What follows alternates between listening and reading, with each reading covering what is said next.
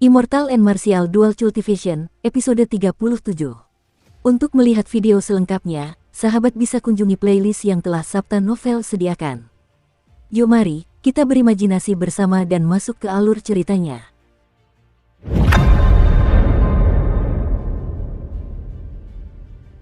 Penghindaran petir. Petir menyambar, dan Xiao Chen muncul di samping Chu Chaoyun. Sambil menarik pedang, pedang itu berkelap-kelip dengan cahaya saat menghantam dada Chu Chaoyun. Ledakan, Chu Chaoyun sedikit membalikkan tubuhnya dan menggunakan jarinya sebagai pedang.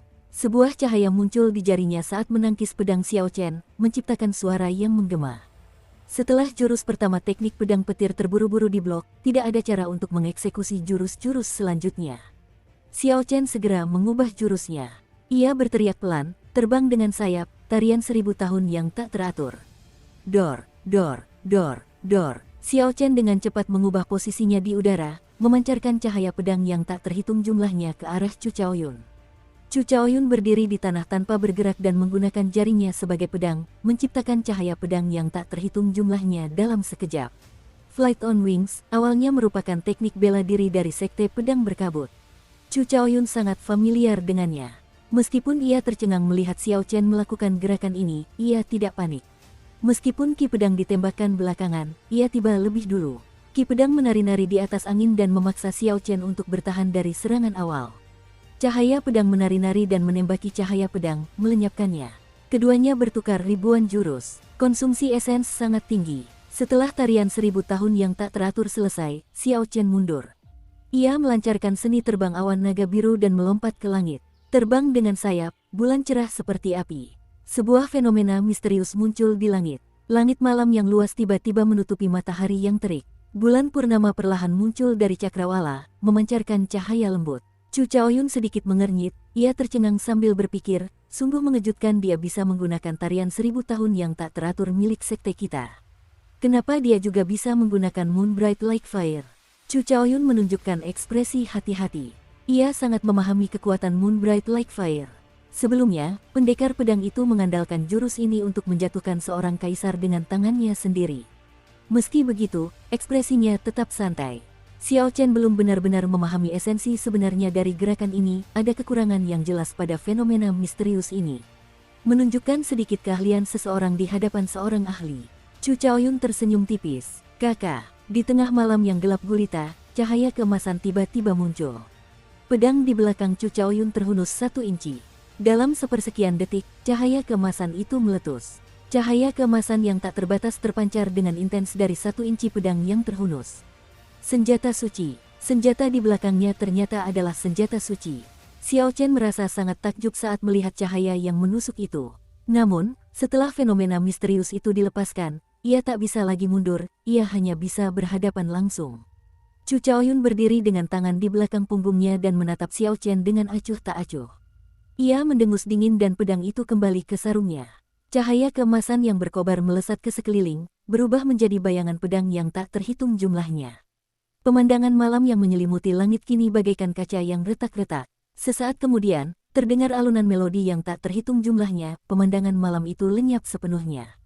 Bulan purnama yang belum terbit pun berubah menjadi ilusi dan lenyap. Sinar matahari kembali menyinari. Setelah fenomena misterius itu berakhir, Xiao Chen memuntahkan seteguk darah. Wajahnya sangat pucat. Ia terhuyung dan hampir jatuh ke tanah. Fenomena misterius yang dilawan atau jurus pedang yang dilawan, peristiwa-peristiwa ini mengakibatkan cedera internal yang paling parah bagi seorang kultivator. Ketika fenomena misterius Zhang He dipatahkan, ia dilumpuhkan oleh Xiao Chen. Chu Chaoyun melompat ringan dan perlahan berjalan ke arah Xiao Chen. Ia berkata, "Aku tahu kau masih punya beberapa kartu truf yang belum kau ungkapkan. Namun, aku tidak berniat membunuhmu, setidaknya belum. Kuharap kau tidak melakukan hal bodoh. Jangan paksa aku menggunakan jurus yang kugunakan pada Hua Yunfei. Dunia ini sangat luas, sangat indah. Namun, kita hanya bisa menikmatinya dengan menjalani hidup. Orang yang bisa tertawa terakhir adalah pahlawan sejati." Setelah Chu Chaoyun berbicara, sebilah pedang cahaya muncul di kakinya. Ia menaiki pedang itu dan terbang ke langit, menghilang dengan sangat cepat. Xiao Chen terlebih dahulu meminum pil pengisi darah dan pil pengembalian ki, lalu menatap sosok Chu Chaoyun yang semakin menjauh. Xiao Chen tersenyum getir, ini pertama kalinya ia dikalahkan dengan begitu telak. Lawannya bahkan belum menyelesaikan jurusnya, ia hanya menggunakan setengah jurusnya untuk mengalahkannya. Xiao Chen duduk bersila dan perlahan-lahan mengedarkan mantra ilahi guntur ungu, mencerna kekuatan obat dalam tubuhnya. Setelah waktu yang lama, ketika kekuatan obat meresap ke seluruh tubuhnya, luka-lukanya hampir pulih sepenuhnya. Xiao Chen bergegas kembali tanpa ragu. Meskipun bagian paling berharga dari Raja Singa Emas telah diambil, bagian-bagian lainnya juga berharga. Terutama tanduk singa di kepalanya yang telah ada selama ratusan tahun. Hua Yunfei, yang sedang berjalan menuju pintu masuk Ancient Remnant di kejauhan, tiba-tiba melihat Xiao Chen berlari kencang. Ia mengerutkan kening dan berkata dengan kaget, meskipun baru sebentar bertemu dengannya, dia sudah mencapai puncak Martial Master. Terlalu berbahaya membiarkannya hidup. Kalian berdua, bawa kepala orang itu kembali. Aku akan menunggu kalian di Ancient Remnant, Hua Yunfei berkata kepada dua Grandmaster bela diri puncak di belakangnya.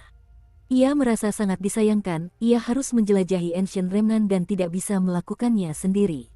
Aku patuh. Keduanya menerima perintah dan berlari ke arah Xiao Chen.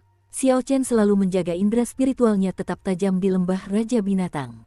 Begitu ia menyadari keberadaan Hua Yunfei, ia berencana untuk mengitarinya.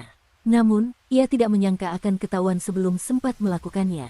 Melihat dua Martial Grandmaster di belakangnya, sudut bibir Xiao Chen melengkung membentuk senyum dingin. Seni terbang awan naga Azure dikerahkan secara ekstrim dan kecepatannya langsung berlipat ganda. Ia melemparkan kedua orang itu dalam sekejap. Di mana dia? Kemana dia pergi? Aku cukup yakin melihatnya pergi ke arah ini. Dia pasti bersembunyi, ayo kita berpencar dan mencarinya. Xiao Chen langsung menghilang dari pandangan mereka tak bisa menahan diri untuk tidak terkejut. Puci, sebuah anak panah melesat bagai embusan angin kencang. Sebelum salah satu Grandmaster bela diri sempat bereaksi, sebuah panah cahaya esensi menembus jantungnya dari belakang, membunuhnya. Ketika Grandmaster bela diri lainnya melihat Xiao Chen muncul dari belakangnya, ia terkejut. Ketika melihat busur pembunuh jiwa dan panah cahaya esensi di tangannya, ia langsung melarikan diri tanpa menoleh ke belakang. Xiao Chen melihat ke arah orang itu melarikan diri, tetapi tidak mengejarnya. Ia mengambil panah cahaya esensi yang mendarat di tanah sebelum menepuk-nepuk tubuh Martial Grandmaster yang telah tiada. Status Grandmaster bela diri ini tampaknya tidak rendah. Xiao Chen berhasil mendapatkan uang kertas senilai 2000 tael emas, pil peringkat 4 pil penguat tubuh, dan buku panduan teknik bela diri tingkat mendalam, tebasan angin jernih. Xiao Chen tersenyum puas, suasana hatinya yang tertekan terangkat. Grandmaster bela diri ini meninggal dengan cara yang tidak pantas. Ia diserang diam-diam dari belakang oleh Xiao Chen menggunakan busur pembunuh jiwa dan panah cahaya esensi. Jika mereka bertarung dengan benar, Xiao Chen membutuhkan setidaknya 500 jurus sebelum ia bisa mengalahkan orang ini. Xiao Chen melihat buku panduan teknik bela diri, Clear Wind Chop, sebuah teknik bela diri untuk pedang. Sebagai teknik bela diri tingkat mendalam, teknik ini sudah cukup berkualitas tinggi. Di beberapa klan, teknik ini bahkan bisa dianggap sebagai harta karun keluarga. Hanya di klan bangsawan, seperti klan Hua, akan ada seorang pelayan yang membawa buku panduan teknik bela diri tingkat mendalam. Ini adalah sesuatu yang tidak bisa dibayangkan oleh klan kecil. Setelah 1 jam, Xiao Chen kembali ke tempat Raja Singa Emas mati. Namun, ia mendapati si gendut bertindak sangat cepat. Ia telah melucuti semua yang ada di tubuh Raja Singa Emas, hanya menyisakan kerangka emas utuh. Ketika Jin Dabao melihat Xiao Chen kembali, ia menyerahkan sebuah tanduk singa emas kepadanya. Ia berkata, aku telah mengambil kulit dan darah binatang suci emas. Nona Xiao Xiao menginginkan kerangkanya. Tanduk singa ini untukmu. Aku lupa memberitahumu, Chu Chaoyun punya senjata suci. Di ranah kultivasi yang sama, dia tak tertandingi. Bahkan seorang martial saint tingkat awal pun akan dikalahkan olehnya. Sudah kubilang jangan mengejarnya tadi, kau tidak dengar. Xiao Chen tersenyum tipis saat menerima tanduk singa emas itu. Ia memandangi kerangka emas raksasa itu dan berkata, bagaimana kau akan membawanya kembali? Sekalipun kau akan menggunakan perahu, kau tetap perlu memikirkan cara membawanya ke atas kapal. Si gendut tersenyum, kau tak perlu khawatir tentang itu, Nona Xiao Xiao punya caranya sendiri. Su Xiao Xiao tersenyum menanggapi hal itu. Meskipun Xiao Chen penasaran dengan apa yang diinginkan Su Xiao Xiao dengan kerangka itu, ia tidak bertanya padanya. Setelah pembagian selesai, Jin Dabao dalam suasana hati yang baik. Ia berkata dengan berani, ayo, Tuan Gendut ini akan membawamu untuk mendapatkan harta dari sisa kuno. Di pintu masuk Ancient Remnant, Hua Yunfei melihat Martial Grandmaster melarikan diri. Ia pun mengamuk, aku belum pernah melihat sampah sepertimu. Seorang martial grandmaster tingkat puncak bahkan ditaklukkan oleh seorang martial master kelas superior. Master bela diri agung itu menundukkan kepalanya dan berlutut di tanah dalam diam. Meskipun masalah ini memang memalukan, dia tidak akan lari jika dia tidak melihat busur pembunuh jiwa dan panah cahaya esensi di tangan Xiao Chen. Hua Yunfei berpikir lama sebelum berkata dengan nada serius, 5 grandmaster bela diri akan tinggal di sini. Jika kau tidak mampu menghadapi bocah itu, lupakan saja rencanamu untuk kembali ke klan Hua. Kali ini, ia membawa 6 martial saint dan 6 martial grandmaster. Martial saint merupakan kekuatan tempur terbesarnya. Kekuatan seperti itu bisa dianggap yang terlemah di antara klan bangsawan. Demi memastikan tidak ada yang terjadi di sisa kuno, Hua Yunfei tidak berani meninggalkan para orang suci bela diri. Meninggalkan kelima grandmaster bela diri sudah menjadi hal terbaik yang bisa ia lakukan. Dengan menggunakan 5 grandmaster bela diri puncak untuk menghadapi satu Xiao Chen, seorang master bela diri kelas superior, dapat dikatakan bahwa Hua Yunfei sangat mengagumi Xiao Chen. Di bawah arahan si gendut, mereka bertiga menuju ke arah pintu masuk Ancient Remnant.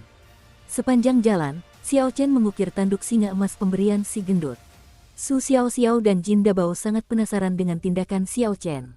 Jin Dabao hampir tidak bisa menahan diri untuk bertanya. Menggunakan tanduk emas ini untuk mengukir sungguh sia-sia. Xiao Chen tersenyum dan tidak menjelaskan. Terlalu banyak bahaya yang tidak diketahui di Ancient Remnant. Pertarungan dengan Chu Chaoyun sebelumnya membuat Xiao Chen merasa tertekan. Ia membutuhkan sesuatu untuk dijadikan kartu trufnya. Sayangnya, Xiao Chen sudah 2 kali secara paksa menggunakan teknik bela diri peringkat surga, kembalinya naga Azure. Jika dia melakukannya lagi, dia pasti akan meledak dan mati. Kalau tidak, dia bisa saja menggunakannya sebagai kartu truf yang ampuh. Satu-satunya yang bisa ia andalkan sekarang adalah mantra pemberian kehidupan. Xiao Chen benar-benar fokus membuat patung itu. Ia dengan cermat memikirkan kembali setiap gerakan Raja Singa Emas. Kita sudah sampai, si gendut berhenti dan melihat lubang setinggi 10 meter di lereng gunung. Di bawah lubang itu, terdapat banyak puing. Tak seorang pun bisa melihat ke dalam lubang gelap itu. Udara dingin berhembus keluar dari lubang, membuat semua orang merasa bulu kuduk mereka berdiri. Dingin yang menusuk hingga ke hati. Xiao Chen memasukkan indera spiritualnya ke dalam lubang, tetapi ia menemukan penghalang tak berbentuk yang menghalangi indera spiritualnya. Situasi ini sama dengan yang dialami Xiao Chen di hutan suram. Namun, kali ini penghalang yang dihadapi Xiao Chen bahkan lebih kuat daripada yang ada di hutan suram. Bahkan setelah ia membentuk indera spiritualnya menjadi tombak emas, ia tidak mampu menembusnya. Si gendut berkata dengan nada agak ketakutan, "Kenapa aku merasa gua ini mengarah ke makam? Aneh sekali." Xiao Chen tersenyum acuh tak acuh, siapa tahu. Mungkin memang mengarah ke makam. Tanah tempat orang-orang kuno meninggal, bukankah itu sangat mirip dengan makam? Sebenarnya, tidak ada bedanya sama sekali. Su Xiao Xiao tiba-tiba berkata, "Ada orang-orang yang menatap kita. Mereka ahli." Xiao Chen sedikit mengernyit dan memeriksa menggunakan indera spiritualnya, mengirimkannya ke segala arah. Setelah beberapa saat, ia berkata, "Itu orang-orang klan Hua. Total ada 5 martial grandmaster puncak." Tepat saat ia berkata demikian, 5 martial grandmaster melompat dari belakang. Mereka membentuk setengah lingkaran dan mengepung mereka. Ketika sang pemimpin melihat Xiao Chen bersama Jin Dabao, ia terkejut. "Kalian berdua, silakan mundur selangkah. Klan Hua kita, penghindaran petir." Xiao Chen berteriak pelan dan muncul di samping martial grandmaster yang sedang berbicara. Busur-busur listrik melompat di lunar Shadow Saber. Ia mengeksekusi Drawing the Saber, menyebabkan kata-kata pria itu terputus. Si gendut mengumpat, "Aku sadar kalau kita bergaul dengan orang ini, cepat atau lambat, kita pasti akan menyinggung semua klan bangsawan. Kita bunuh saja mereka," kata Su Xiao Xiao acuh tak acuh. Tangannya yang ramping bagaikan giok memetik senar sitar dengan ringan. Orang yang berbicara tidak menyangka Xiao Chen begitu tegas. Ia bahkan tidak memberinya kesempatan untuk menyelesaikan kata-katanya dan langsung menyerang. Puci, ia mundur ke belakang, tetapi Xiao Chen masih berhasil melukainya di dada. Arus listrik yang melonjak pada pedang bayangan bulan langsung menembus tubuhnya, menyebabkan gerakannya melambat. Potongan cahaya busur, pedang itu menciptakan cahaya busur. Segala sesuatu yang berada 3 meter di depan Xiao Chen terperangkap dalam cahaya busur tersebut. Saat Master Bela Diri Agung itu tersambar listrik, kecepatannya menjadi sangat lambat. Ia tidak dapat bereaksi dan terbelah dua oleh cahaya busur tersebut. Karena kecerobohannya, seorang martial grandmaster tingkat atas terbunuh oleh Xiao Chen dalam 2 gerakan. Inilah kekuatan teknik pedang petir rusing. Selama ia berhasil mengeksekusi gerakan pertama, bahkan orang dengan tingkat kultivasi yang lebih tinggi pun bisa terbunuh. Serangan tubuh miring, Xiao Chen berbalik dan membungkukkan badannya sebelum menerjang ke depan. Kultivator yang menyerbu ke arahnya langsung terkena bahu kanan Xiao Chen. Orang itu awalnya mencoba menyerang Xiao Chen dari samping, menyerangnya dari depan dan belakang. Namun, ia tidak menyangka Xiao Chen akan membunuh seorang martial grandmaster puncak dalam 2 gerakan sebelum berbalik menyerangnya. Ia terkejut dan terdorong mundur oleh Xiao Chen. Ia mundur 2 langkah dan berusaha sekuat tenaga untuk melawan kekuatan mengerikan itu. Ia merasakan ketakutan di hatinya, sungguh tubuh fisik yang mengerikan. Xiao Chen maju 2 langkah dan menghantamkan tinju kanannya. Angin menderu dan guntur menggelegar, sebelum pria itu sempat berdiri tegak dan menenangkan aliran darah dan ki yang bergejolak di tubuhnya, ia terpaksa bertahan. Terdengar suara berderak. Setelah ditempa oleh petir surgawi dan 7 kelopak bunga 7 daun, Xiao Chen berhasil menghancurkan tangannya hingga menjadi bubur. Ah! Pria itu berteriak kesakitan. Ketika ia melihat tangannya yang lumpuh, wajahnya dipenuhi keterkejutan. Pedang itu berkilat, dan saat ia teralihkan, Xiao Chen menggunakan teknik menarik pedang untuk membelahnya menjadi 2 bagian. Xiao Chen tanpa ekspresi apapun. Ia mengeluarkan busur pembunuh jiwa dan memasang panah cahaya esensi di atasnya. Ia mengumpulkan kekuatan besar di tangan kanannya dan menarik busur itu hingga menyerupai bulan purnama. Ia membidik seorang martial grandmaster yang sedang bertarung dengan Jin Dabao. Master bela diri agung itu merasakan niat membunuh dan dengan cepat menghindari Jin Dabao, melompat ke samping. Xiao Chen menutup matanya dan mengunci jantungnya menggunakan indera spiritualnya. Puci, panah cahaya esensi dilepaskan dan berubah menjadi seberkas cahaya, menembus target yang ditujunya. Grandmaster bela diri itu memuntahkan seteguk darah dan jatuh ke tanah. Sua-sua, tangan Xiao Chen terus bergerak dan menembakkan 2 panah cahaya esensi lagi. 2 martial grandmaster yang tersisa tertusuk panah dan mati tanpa perlawanan. Si gendut mendesah, busur pembunuh jiwa ini luar biasa kuatnya.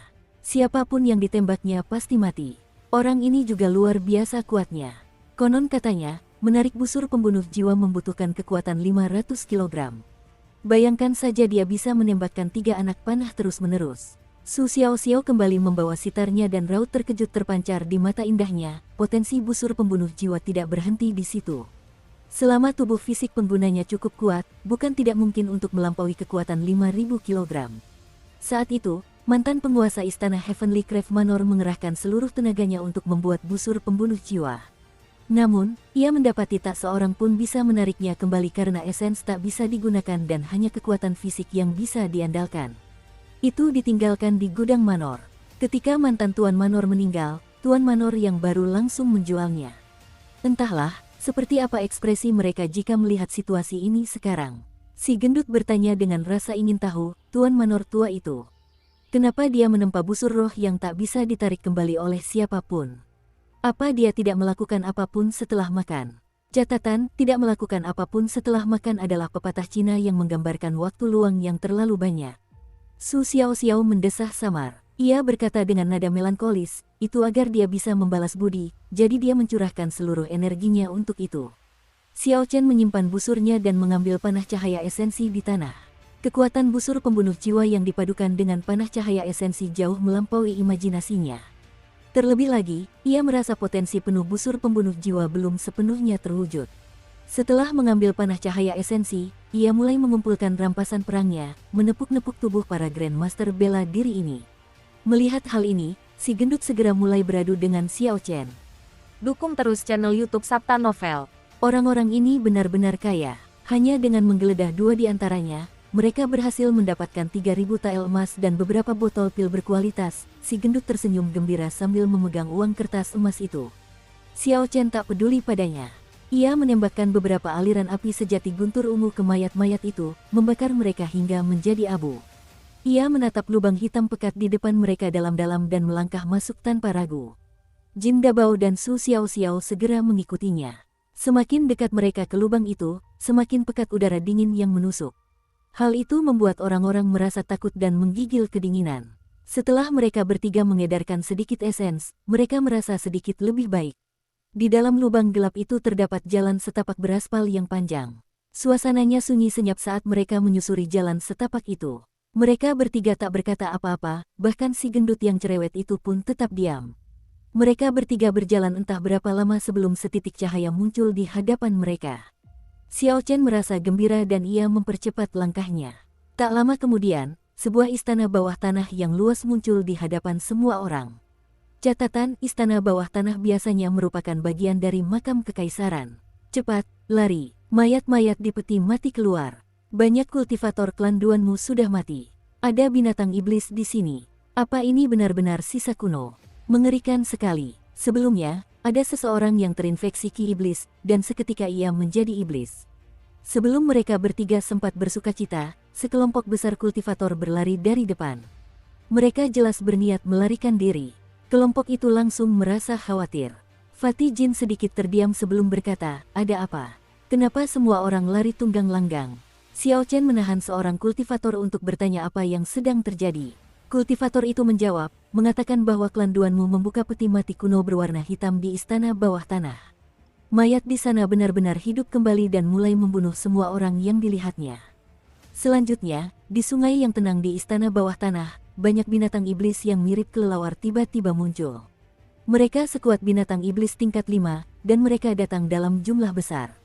Xiao Chen ragu-ragu, haruskah aku kembali atau terus maju? Tiba-tiba ia melihat sekelompok orang sedang memeriksa sesuatu di dinding di depan. Ini jelas merupakan teknik bela diri kuno. Para pendahulu mengukirnya di dinding, tetapi kita tidak memahaminya. Tanpa tingkat pemahaman tertentu, mustahil untuk memahaminya. Sebelumnya, saya melihat Ji Changkong datang ke tempat ini. Setelah melihatnya, ia langsung menghancurkan 3 ukiran terakhir. Dia pasti memahami sesuatu, kalau tidak, dia tidak akan menghancurkan 3 ukiran terakhir. Rombongan Xiao Chen segera berjalan mendekat. Mereka melihat banyak ukiran di dinding, ukiran orang-orang. Ada yang sedang menari pedang, ada yang sedang duduk, dan ada yang berdiri diam. Ekspresi setiap orang berbeda-beda, tetapi tindakan mereka semua memiliki dao tertentu. Setiap gerakan mereka seolah mengandung aura langit dan bumi. Xiao Chen mengamati dari satu ukiran ke ukiran lainnya, menggunakan indera spiritualnya untuk menyapu ukiran-ukiran tersebut. Begitu indera spiritualnya memasuki ukiran tersebut, ia merasa seolah-olah tenggelam dalam versi yang sangat realistis. Ia merasa mendapatkan sesuatu dari setiap ukiran.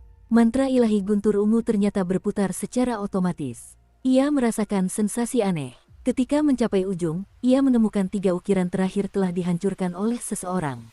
Sepertinya Ji Changkong sudah mendapatkan sedikit pemahaman di sini, dan itulah mengapa dia menghancurkannya, kata Xiao Chen dengan sedikit penyesalan. 3 keinginan terpenting telah hancur. Sirkulasi mantra ilahi guntur ungu juga terhenti. Perasaan misterius yang dimilikinya pun lenyap. Meski begitu, Xiao Chen merasakan esensi di tubuhnya semakin melimpah. Tingkat kultivasinya sebagai master bela diri kelas superior pun semakin kokoh. Su Xiao tiba-tiba membuka matanya. Ia berkata dengan takjub, ini adalah gambar pemahaman Dao Sage. Orang-orang di dalamnya adalah para sage yang benar-benar ada di zaman kuno. 3 gambar pemahaman Dao Sage terakhir dihancurkan oleh Ji Changkong. Kalau tidak, akan lebih mudah untuk melihatnya. Si gendut menatapnya lama sekali dan tidak menemukan Dao apapun di dalamnya. Ia berkata dengan nada kesal, apa bagusnya gambar pemahaman Dao ini? Ini bukan teknik bela diri. Orang yang mengukir ini tidak bermoral. Dia bisa saja mengukir gambar penganugerahan Dao. Bukankah itu lebih baik? Tepat setelah si gendut itu berbicara, seorang sage yang duduk di ukiran itu sepertinya mendengar hinaan si gendut itu. Kelopak matanya tampak berkedut. Apa yang terjadi? Aku baru saja melihat kelopak mata orang itu berkedut. Apakah aku melihat hantu? Aku juga melihatnya. Ledakan. Sebuah energi yang seolah melampaui ruang dan waktu terpancar. Semua orang merasa terpukau. Saat mereka bereaksi, mereka melihat si gendut itu jatuh ratusan meter jauhnya. Ia bahkan berguling-guling terus-menerus, menjerit kesakitan. Roh sang bijak telah terwujud. Tatapan dari puluhan ribu tahun yang lalu sungguh begitu perkasa. Sungguh mengerikan. Meskipun sang bijak telah wafat, kekuatan sucinya masih ada. Bahkan setelah 10.000 tahun, kekuatan itu belum pudar. Memang, lihatlah si gendut mesum itu. Di hadapan sang bijak, dia pastilah makhluk yang seperti sampah. Xiao Chen bergegas dan membantu si gendut berdiri. Bagaimana kabarmu? Apa kau baik-baik saja? Si gendut menepuk-nepuk debu di pakaiannya dan ada ketakutan yang masih tersisa dalam suaranya saat ia berkata, aku melihat sepasang mata. Mata itu penuh kekacauan. Sebelum aku sempat bereaksi, aku terlempar. Sialan, aku tak percaya sekelompok hantu mati masih sekuat itu. Kalian semua, minggir. Amarah si gendut tiba-tiba berkobar. Ia membelah kerumunan dan menuju ke dinding batu. Tusukan surgawi. Jin Dabao membuka kipas lipat emas di tangannya. Seorang cendekiawan emas muncul di belakangnya. Ki lurus langsung menyebar ke sekeliling. Ini juga aura seorang sage. Senjata suci kuno. Si gendut ini ternyata punya senjata suci. Namun, dao yang terkandung di dalamnya tampaknya belum lengkap. Senjata suci ini rusak parah. Meski begitu, kekuatannya masih sangat kuat. Seharusnya cukup untuk melawan sage kuno. Ledakan, ledakan. Saat ki yang benar memancar, sosok bijak di dinding tampak hidup. Sebuah dunia kecil seakan muncul darinya. Ketika semua orang menyadari perubahan pemandangan di sekitarnya, dunia itu seakan berubah menjadi dunia yang tergambar dalam ukiran. Para sage dalam ukiran itu muncul di sekitar semua orang. Aura yang meluap menciptakan tekanan yang membuat semua orang berlutut. Semua orang bahkan kesulitan untuk berbicara. Seseorang bertanya dengan ngeri, apakah sang bijak hidup kembali? Roh bela diri naga Azure melesat maju, aura yang kuat dan perkasa meletus dari tubuh Xiao Chen. Xiao Chen berdiri tegak dengan tangan di belakang punggungnya. Ia memejamkan mata, merasakan dao yang terkandung di dunia ini. Semua orang menghilang dari pandangan Xiao Chen, dan hamparan tanah luas yang ditumbuhi semak belukar muncul. Sosok-sosok hitam yang tak terhitung jumlahnya berdiri tegak. Mereka memancarkan gas hitam dari tubuh mereka. Ada juga sosok-sosok manusia yang tak terhitung jumlahnya berdiri di langit. Mereka menutupi langit dan menghalangi matahari. Sungguh mengejutkan, seolah-olah itu adalah Armageddon. Di langit yang lebih jauh lagi, ada 18 naga Asure yang berenang di langit. Raungan naga mereka bergema di mana-mana. Di tengah spiral naga Asure berdiri seorang pria memegang pedang. Begitu ia muncul, aura tak terbatas itu lenyap. Bahkan 18 naga Asure pun gemetar. Adegan ini berlalu dalam sekejap, sebelum Xiao Chen sempat melihat sosok pria itu dengan jelas, adegan itu lenyap. Adegan dunia kecil itu muncul kembali. Seorang sage duduk di tanah di dunia kecil itu. Tiba-tiba ia membuka matanya tampak dipenuhi kekacauan. Dunia seakan terbuka dan kekuatan tak terbatas terpancar. Si gendut berdiri dengan gagah, dan cahaya keemasan muncul di mata sosok sang bijak. Ia menatap tanpa rasa takut. Tiba-tiba terdengar suara ledakan di dunia kecil itu. Semua orang merasa terpesona, pemandangan di mata mereka kembali ke kenyataan. Namun, mereka terkejut menemukan gambar penganugerahan dao di dinding telah lenyap. Yang lebih aneh lagi adalah sosok seorang pria gemuk yang memegang kipas lipat dengan senyum sinis muncul. Di belakangnya ada sosok emas, seolah-olah dia adalah pelindungnya. Apa aku salah lihat? Orang di dinding itu, kenapa dia persis seperti si gendut itu? Sialan, ini tidak masuk akal. Bahkan sang bijak pun dipukuli sampai hilang entah kemana, bahkan sehelai rambut pun tidak. Konyol, ini sangat konyol, memikirkan bahwa sang bijak tidak mampu menghadapinya. Si gendut menatap kosong, tak tahu harus berbuat apa. Ia melihat sosoknya di dinding dan tak tahu apa yang sedang terjadi. Benarkah itu aku, Tuan Gendut? Xiao Chen perlahan mendekat dan tersenyum, jangan ragu lagi. Selain kamu, apa ada orang lain yang semanis dirimu? Melihat senyummu saja, kamu sudah tahu itu pasti kamu. Su Xiao berjalan perlahan dan tersenyum tipis, tidak perlu khawatir. Senjata suci kuno di tanganmu kemungkinan besar adalah senjata raja. Ketika seorang sage yang lebih kuat muncul, wajar jika auranya akan terhapus. Selain itu, dao orang-orang ini semuanya diserap oleh senjata suci di tanganmu. Ada kemungkinan senjata raja yang rusak parah ini bisa dipulihkan sepenuhnya suatu hari nanti. Si gendut merasakan kipas lipat emas di tangannya. Setelah sekian lama, ia menatap dinding dan tertawa terbahak-bahak, lukisan ini lumayan. Lukisan ini berhasil menampilkan keagungan Tuan Gendut ini. Maaf, Saudara Xiao. Setelah itu, dia bergumam, jika Nona Xiao dan Putri Ying Yue digambar di sampingku, itu akan sempurna.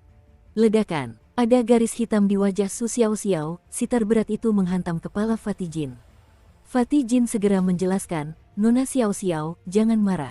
Ini hanyalah impian mulia Saudara Gendut. Aku tidak bermaksud menodaimu. Semakin banyak dia menjelaskan, semakin buruk keadaannya, Su Xiao semakin marah. Si gendut itu segera menghindar ke samping. Ketika orang-orang di sekitar si gendut itu mendengar bahwa kipas lipat itu sebenarnya adalah senjata raja, kilatan keserakahan muncul di mata mereka semua. Ketika si gendut menyadari situasi itu, ia berteriak dengan marah, apa yang kau lihat? Apa kau percaya Tuan Gendut ini akan mengiris dagingmu selagi kau hidup? Cepat, lari, si gendut itu akan mencabuti bulu-bulunya lagi. Dasar mesum, Kerumunan itu memikirkan reputasi si gendut dan juga mendengar ancaman dalam kata-katanya. Mereka segera melupakan keserakahan mereka akan senjata raja dan melarikan diri. Mendengar itu, si gendut sangat marah hingga gemetar. Ia berteriak keras, "Siapa bilang? Berdiri diam, kalau berani, jangan lari." "Sialan, Tuan gendut ini bukan orang seperti itu." Xiao Chen menahan tawa dan menepuk bahu si gendut, "Jangan teriak-teriak, semua orang sudah takut padamu. Ayo pergi, aku bukan orang seperti itu." "Xiao Chen, kau harus percaya padaku." Si gendut menjelaskan dengan keras. "Tidak apa-apa, kakak mengerti kamu. Orang-orang ini tidak cukup cerdas, mereka tidak bisa mengerti kamu." Mereka bertiga terus maju. Meskipun banyak kultivator yang pergi, mereka menyadari masih banyak kultivator yang memilih untuk tinggal. Tak lama kemudian, mereka bertemu dengan orang-orang klan Duanmu. Klan Duanmu adalah klan bangsawan yang sangat istimewa. Warisan roh bela diri hanya muncul pada wanita. Oleh karena itu, dalam klan mereka, wanita mendominasi pria. Setiap kepala klan adalah perempuan. Di negara Qin besar, bahkan di benua Tianwu, mereka menonjol. Seperti yang dikatakan kultivator sebelumnya, para martial saint dari klan Duanmu sedang bertarung melawan sosok yang baunya seperti mayat. Area tempat mereka bertarung diselimuti angin dingin, dan suhunya turun drastis.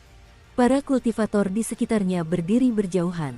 Mereka bisa merasakan angin dingin yang memengaruhi mereka, merasuk ke dalam tubuh mereka. Mereka semua mengedarkan esensi mereka untuk melawan dingin. Pertarungan ini sudah hampir berakhir. Tepat saat Xiao Chen tiba, sosok hitam itu jatuh. Para martial saint wanita dari klan Duanmu yang mengelilinginya mengirimkan aliran es dan menghantam mayat itu. Setelah sekian lama, es itu pecah.